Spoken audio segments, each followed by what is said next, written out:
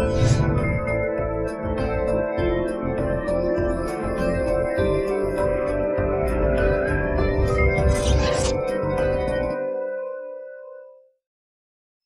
pessoal!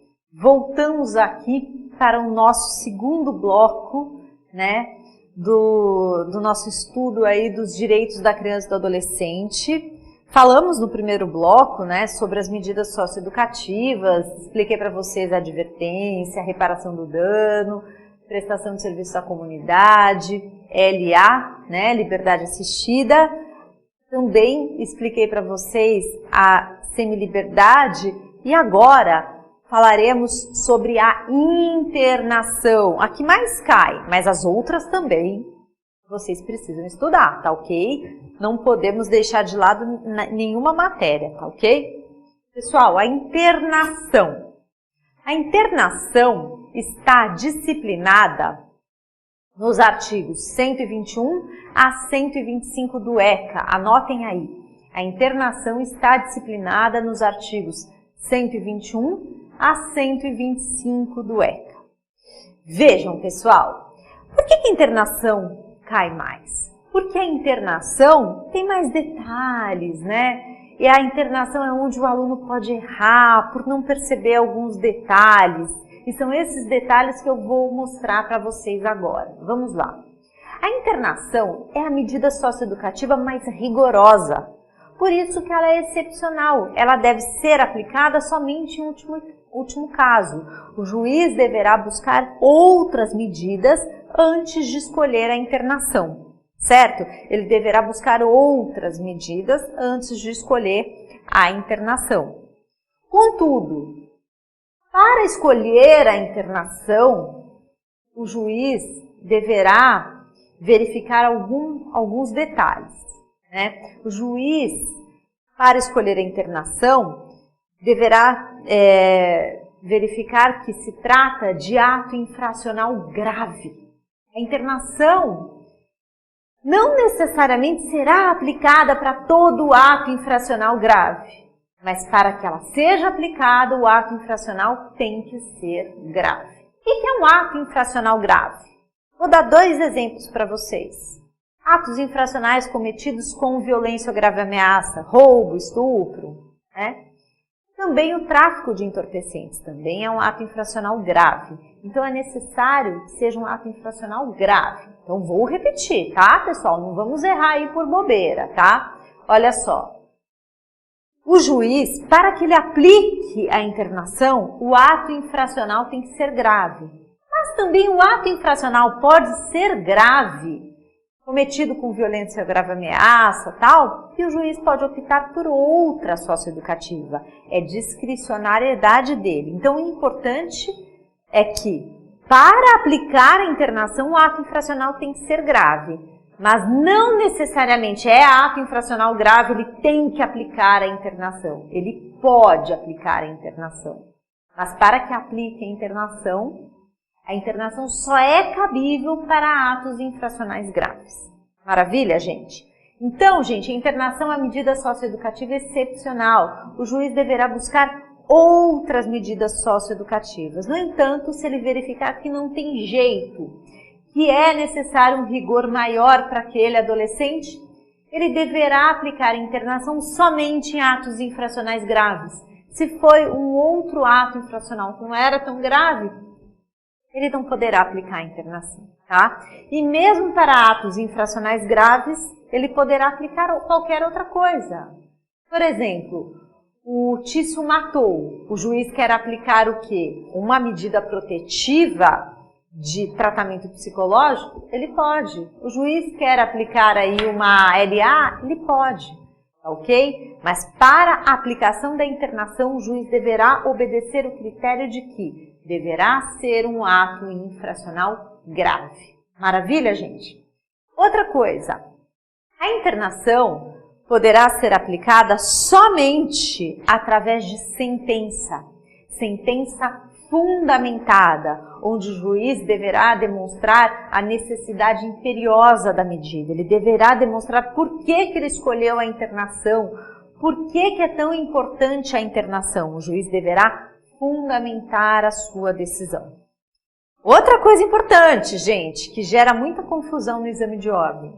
No máximo, a cada 6 meses, a internação será o quê? Reavaliada. Então, ó, vejam bem.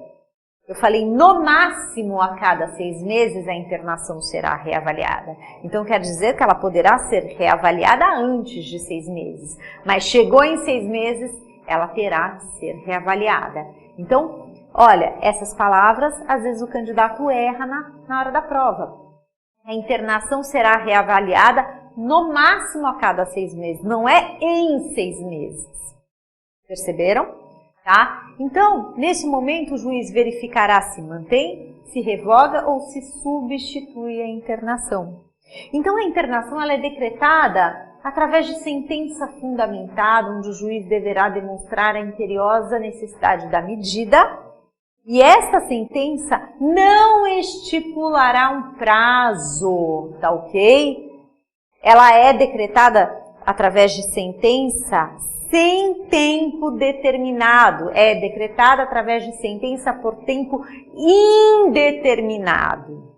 Contudo, no máximo a cada 6 meses, ela será reavaliada. O juiz verificará se mantém, se revoga ou se substitui a internação. Maravilha, gente? E a internação não poderá ultrapassar o prazo de 3 anos. Então, ela é reavaliada no máximo a cada 6 meses. O juiz mantém, é reavaliada novamente, até chegar aonde? Em 3 anos. Então, é importante que vocês saibam que a internação não é decretada por 3 anos. Ela tem o tempo máximo de cumprimento de até 3 anos. Contudo, ela é decretada por tempo indeterminado e no máximo a cada 6 meses ela será reavaliada. O juiz verificará se mantém, se revoga ou se substitui a internação. Outra coisa importante, gente, completou 21 anos, liberação o quê? Compulsória, liberação por idade. Completou 21 anos, rua para ele. Ok?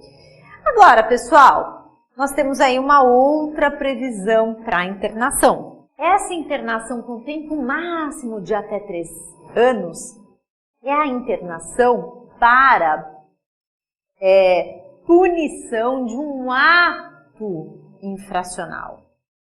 Contudo, nós temos aí uma previsão de internação de até 3 meses no caso de descumprimento reiterado e injustificado de outra socioeducativa anteriormente imposta. Então, poderá, mais uma vez, o juiz ele tem discricionariedade de escolher, poderá ser aplicado até 3 meses de internação no caso de descumprimento reiterado e injustificado de outra socioeducativa anteriormente imposta. Então vejam, pessoal, nós temos aí 2 prazos distintos para coisas distintas. Prazo máximo de 3 anos no caso de prática aí de ato infracional. Então, tempo máximo de cumprimento de 3 anos para, no caso aí de prática de ato infracional onde o juiz optou e poderia optar pela internação. Agora, no caso de descumprimento reiterado e injustificado de outra socioeducativa anteriormente imposta, aí o prazo é de, no máximo, 3 meses. Isso quer dizer o quê? Que o juiz poderá aplicar 1, 2, então é prazo máximo de 3 meses. Então vamos supor, foi aplicado aí para o Tício a reparação do dano e prestação de serviços à comunidade. Ele não cumpriu nenhuma das duas, mas ele justificou. Ele disse assim, ó, não fui pintar o hospital porque estava muito frio e eu peguei uma pneumonia também, tá? Aqui o atestado, não fui. Também eu não paguei o relógio que eu furtei porque bem na hora que eu estava levando o dinheiro, eu fui assaltado. Olha aqui o BO. Ele justificou. Ele vai ser obrigado? Ele vai cumprir? Ele poderá estar sujeito aí à internação de até 3 meses? Não. Agora, uma outra situação. Ele não prestou serviço à comunidade, não justificou e também não ressarciu o dano, tá? Não reparou o dano. E aí? Aí ele não justificou nenhuma das duas. Então, no caso de descumprimento reiterado e injustificado, 2 vezes ou mais. Então, nesses 2 atos aí, ele não justificou. Nessas 2 vezes que ele não cumpriu as medidas socioeducativas, ele não justificou. Aí o juiz poderá aplicar até 3 meses de internação. Então, temos aí 2 previsões para a internação, tá? Tempo máximo de cumprimento de 3 anos, no caso da prática de ato infracional, que o juiz entenda que deva cumprir aí uma internação. E até 3 meses de internação, no caso aí de descumprimento reiterado e injustificado de outra socioeducativa anteriormente imposta. Maravilha, gente? É muito fácil. Tudo isso que eu acabei de falar para vocês está aí disciplinado nos artigos 121 a 125 do ECA. Assimilem esse ECA. A prova ela é muito literal, né? Ela praticamente é uma cópia do ECA. Então, muita atenção nisso, pessoal. Cuidado com essas palavras. Poderá, até 3 anos, até 3 meses, tá? Isso que é importante. Reavaliação no máximo em 6 meses. Ela não é em 6 meses, é no máximo a cada 6 meses, tá bom? E a internação, vou repetir novamente, a internação ela não é decretada por tempo de 3 anos, ela é decretada por tempo indeterminado, o juiz reavaliará no máximo a cada 6 meses, verificando se mantém, se revoga ou se substitui a internação. Tá bom, gente? Importantíssimo a internação. Vamos em frente. Pessoal, importante aqui a remissão dos artigos 126 a 128 do ECA. Remissão com 2 S mesmo, tá? É uma remissão completamente diferente aí do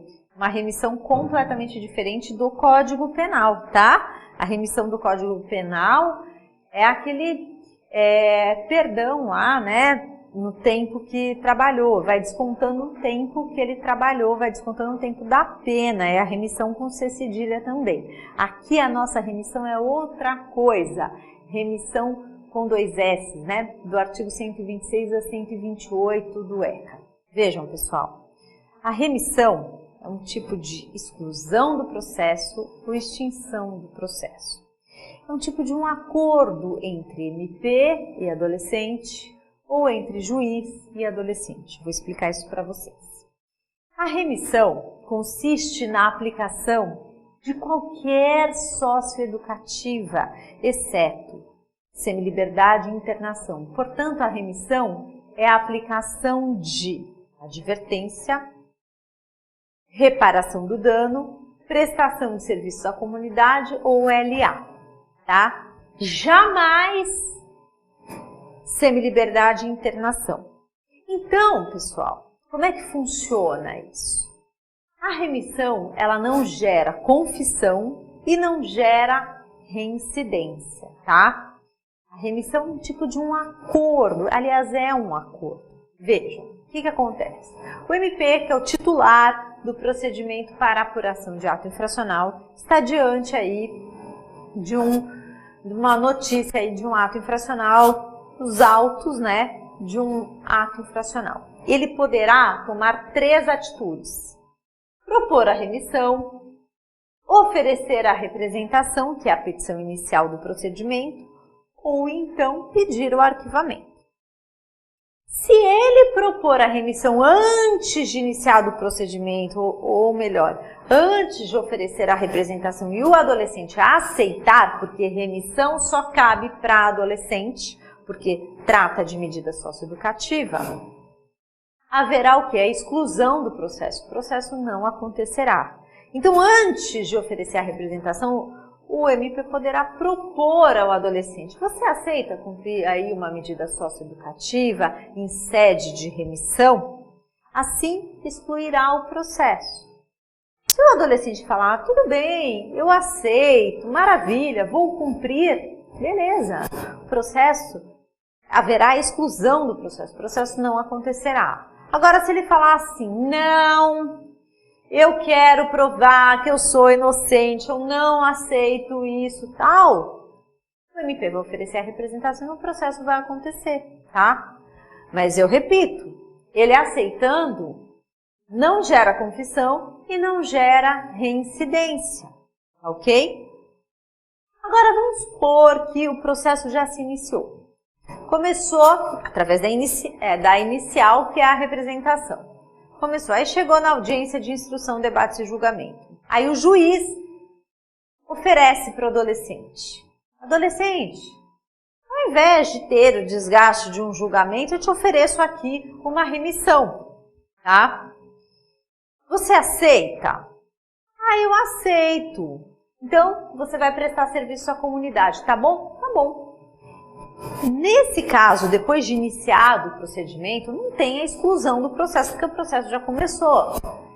Essa remissão terá efeito do quê? De extinção do processo, tá? De extinção do processo, ou então de suspensão do processo. Aí depende do que o juiz decidir, tá certo, gente? Então, existe essa diferença. Se for antes de começar o processo, ela terá efeito de exclusão do processo. Se for depois de iniciado o processo, terá efeito do quê, gente? Terá efeito de extinção ou suspensão do processo até o cumprimento. Então, gente, repetindo aí, a remissão não acarreta confissão, não acarreta reincidência e poderá ser revista a qualquer tempo. Está ali disciplinada nos artigos 126 a 128. E será o cumprimento de qualquer socioeducativo, exceto semiliberdade e internação. Portanto, o que entra na remissão é o quê? Advertência, reparação do dano, prestação de serviços à comunidade e liberdade assistida. Tá bom, gente? Então, vamos em frente aí. Atenção! Olha o que eu deixei escrito aí para vocês não esquecerem disso. Não existe denúncia no ECA. A peça inicial do procedimento para apuração de ato infracional oferecida pelo MP denomina-se representação. Então, o nome da petição inicial aí é representação, ok? E não se confunde com a representação do processo penal. No ECA, a representação é o quê? Petição inicial do procedimento para apuração de ato infracional. No processo penal, a representação é o quê? Condição de procedibilidade da ação penal. Condição de procedibilidade do quê? Da ação penal pública condicionada à representação. Importante essa diferenciação, tá bom, gente? Vamos em frente aí, pessoal. Vamos falar agora um pouquinho da profissionalização do menor. Ela está disciplinada nos artigos 60 a 69. E a definição do menor aprendiz está ali no artigo 68, parágrafo 1º do ECA. Então vamos lá, pessoal. Prestem atenção aqui no que eu vou explicar para vocês. Primeira coisa, gente, qual é essa definição de trabalho de aprendiz? O que é isso à luz do ECA, né? No artigo 68, parágrafo 1º. Veja, trabalho de aprendiz é aquele onde a condição laboral pedagógica, né? Ou seja, condição laboral pedagógica, o trabalho pedagógico, o trabalho de aprendizado se sobrepõe, está acima do trabalho produtivo, da condição laboral produtiva. Então, a condição pedagógica está acima da condição produtiva. O adolescente deverá aprender algo, tá? Então, por exemplo, caiu uma vez na OAB, um rapaz de 15 anos, trabalho de aprendiz como ensacador no supermercado. O que ele está aprendendo? Nada. Então, esse é um trabalho proibido, tá ok? Trabalho de aprendiz, a condição pedagógica deve se sobrepor à condição laboral produtiva. Maravilha, gente? Ótimo. Então, vamos lá. Prestem atenção aqui. Quem pode trabalhar? Pode trabalhar o maior de 14 anos como aprendiz. Então, a partir dos 14 anos como aprendiz. 14 anos ou mais como aprendiz. A partir dos 16 como empregado. Caso ele tenha exercido algum trabalho proibido, tenha sido explorado, ele terá direito a todas as verbas trabalhistas, inclusive indenizatórias, tá ok?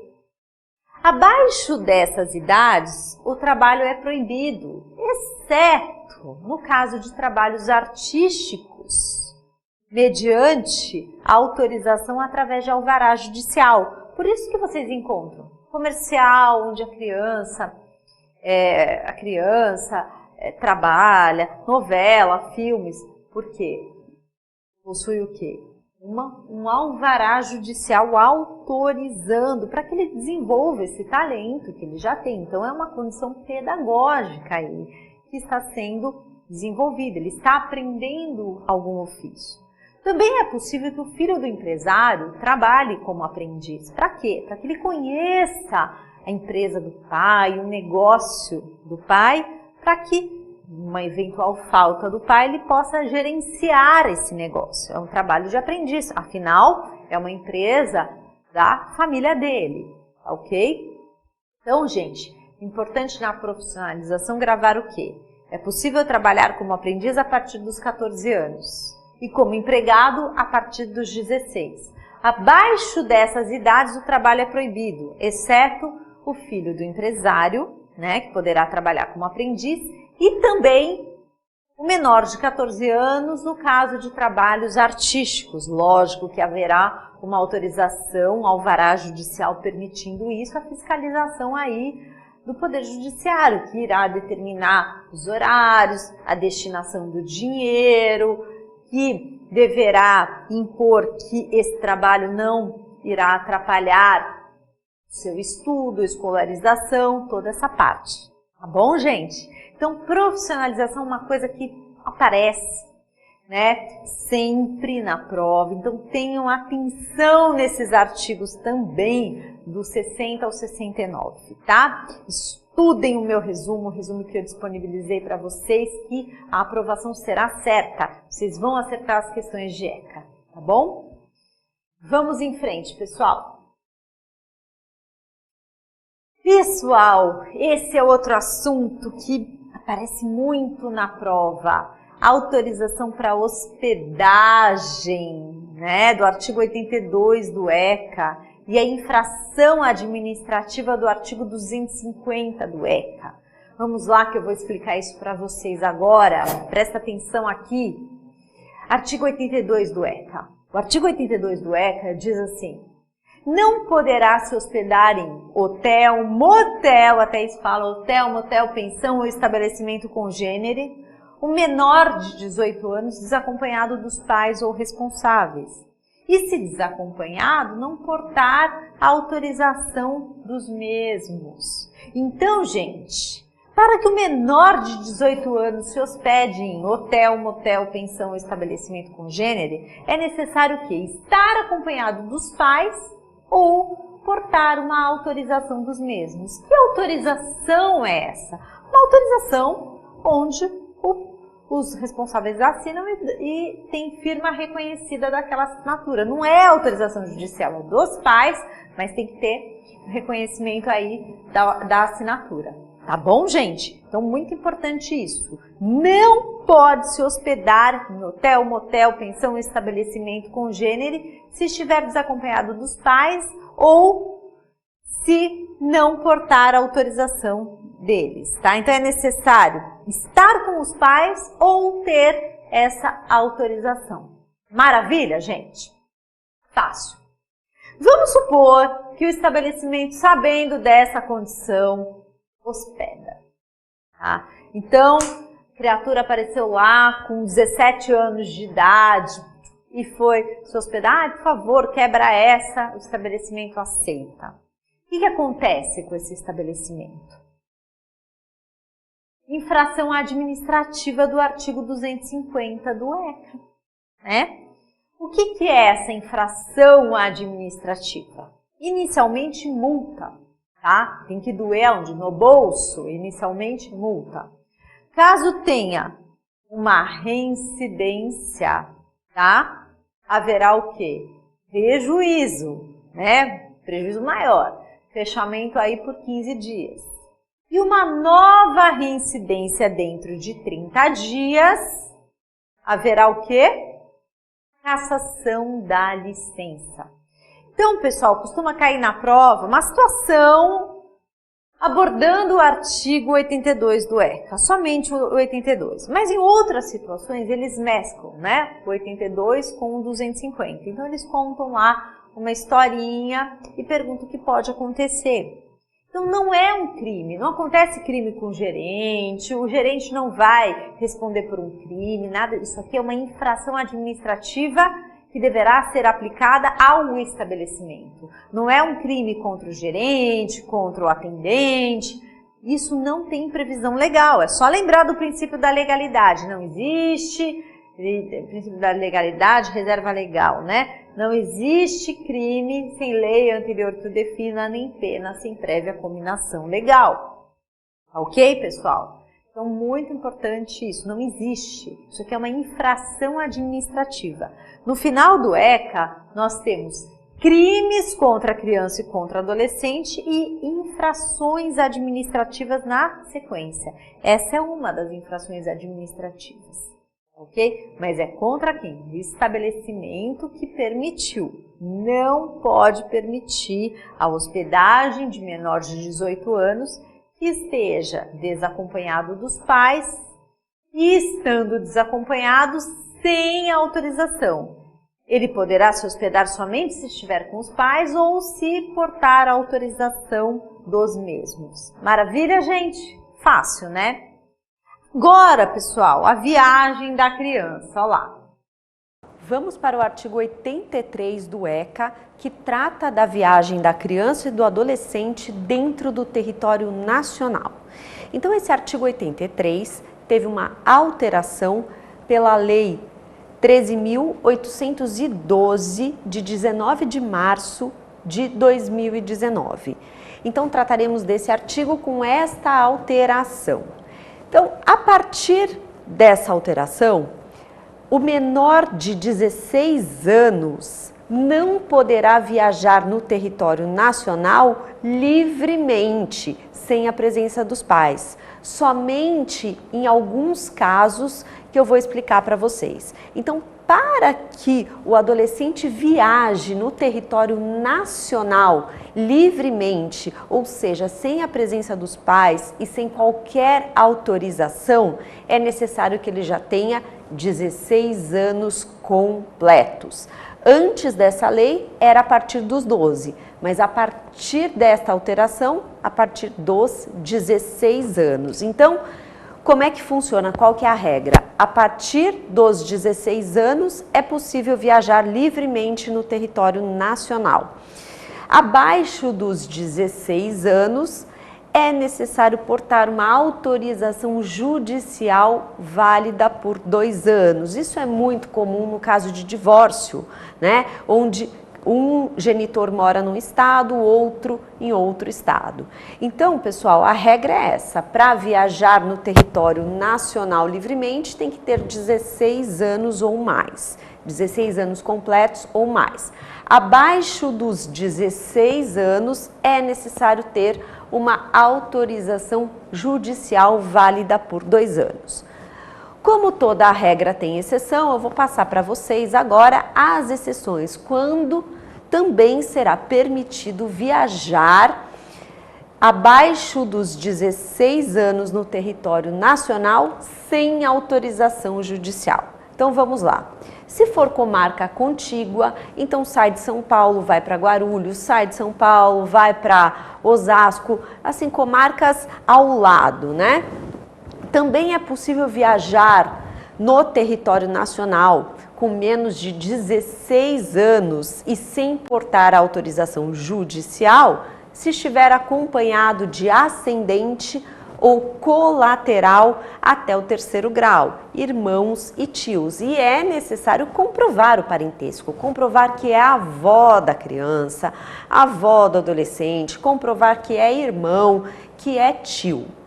Também é possível viajar no território nacional desacompanhado dos pais e sem autorização judicial, se estiver acompanhada de pessoa maior, devidamente autorizada pelo pai, mãe ou responsável, ok? Então, pessoal, a regra é essa e as exceções são essas que eu passei, dos ascendentes, colateral, até o 3º grau, ou uma pessoa maior, uma amiga da mãe, por exemplo, que é maior e tem uma autorização que não é judicial, uma autorização da mãe ou do pai assinada com reconhecimento da assinatura através do tabelião de notas. Então é isso, pessoal, que eu queria passar para vocês. Acabou aquela regra de que a partir dos 12 anos é possível viajar no território nacional livremente. Agora é somente a partir dos 16 anos completos. Maravilha, pessoal? Isso que eu falei é o teor do artigo 83. Vocês precisam assimilar esse artigo 83 para acertar a situação que eles vão colocar na prova. Porque eles colocam assim, ó, pessoal. Fulana de 8 anos, ciclana de 9 anos, moram em tal cidade e pretendem ir para tal local. Aí colocam. A fulana está acompanhada da avó e a outra acompanhada do padrinho, que é primo do seu pai. Peraí, uma pode, porque está com a avó. O padrinho é primo do pai. Ele não é nem ascendente, nem irmão, nem tio e não tem autorização dos pais. Então não pode. Então essa é uma alternativa errada. Entendeu? Então eles colocam assim, várias situações para que vocês coloquem a alternativa correta. Então, por exemplo, a Maria e a Joana. A Maria de 8 anos, a Joana de 9 anos. A Maria pretende ir para o Rio de Janeiro e visitar a mãe e a Joana visitar o pai em São Paulo, por exemplo. Vamos supor que é essa a situação. Aí fala, a Maria acompanhada do tio, pode. A Joana acompanhada da amiga de 23 anos da mãe devidamente autorizada por ela. Aí pode também, é uma situação que pode. Tá? Então vocês precisam saber direitinho com quem poderá viajar desacompanhada dos pais. Em quais situações que ela poderá viajar? Poderá viajar, se for com marca contígua, se estiver acompanhada de ascendentes, avós, irmãos e tios. Se estiver acompanhada de pessoa maior, devidamente autorizada pelo pai, mãe ou responsável. E também, pessoal, se portar autorização judicial válida por 2 anos. Então, esse artigo, ele é fácil, ele é objetivo, mas é trabalhoso de assimilar. Então, é muito importante que vocês assimilem. Por que aqui a gente repete muito? Para vocês assimilarem, tá? Então, leiam esse artigo, assimilem, façam os testes para vocês verem como que isso é questionado. Acompanhem o nosso curso de testes também, que nesse curso os professores vão ensinar a vocês como identificar as pegadinhas, né? Porque nós percebemos que muitos candidatos conhecem a lei, mas na hora de realizar o teste se perde na pegadinha, naquele enunciado enorme e confuso. Mas com vocês isso não vai acontecer. Bom, gente? Fácil, né? Agora, gente, viagem para o exterior. Artigo 84 do ECA, que é muito fácil também. Olha lá, gente, viagem para o exterior, artigo 84 do ECA. Agora, o menor de 18 anos, seja criança, adolescente, não poderá viajar para o exterior com um dos pais sem autorização do outro.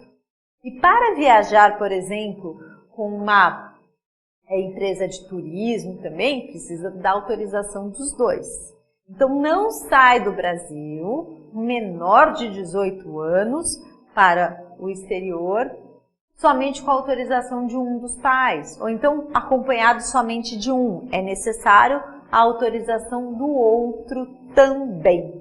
Tá bom, gente? Então, ó, arrasem aí, artigos 82, 83 e 84 do ECA. Estudem, devorem esses artigos que vocês vão ter êxito aí, tanto na OAB como que em outros concursos também, porque esses artigos são cobrados em todos, tá bom, gente? Eu vou encerrar esse bloco agora, tá? No próximo bloco, falarei aí da colocação na família substituta, que é assunto assim também importantíssimo para o exame de ordem. Até lá!